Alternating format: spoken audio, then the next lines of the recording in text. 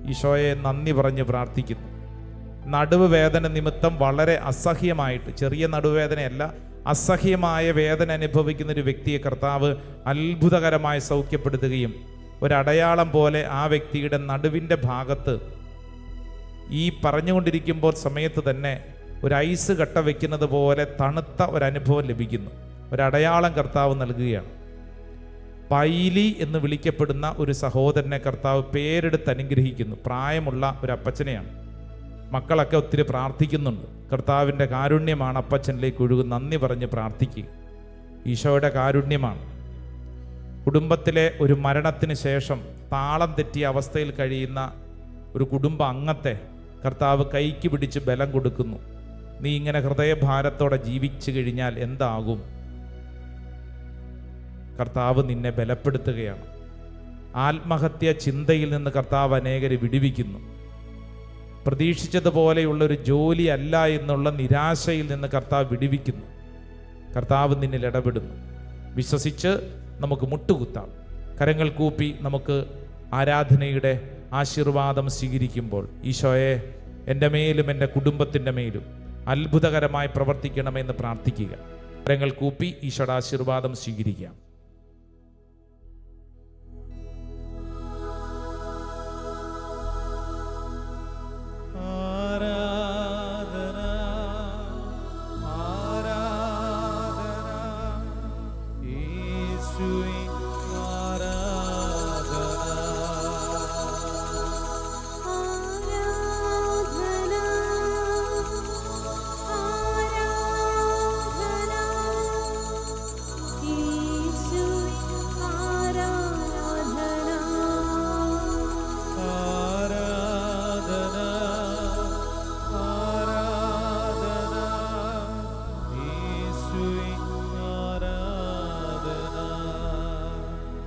പരിശുദ്ധ പരമമാ ദിവ്യകാരുണ്യമേ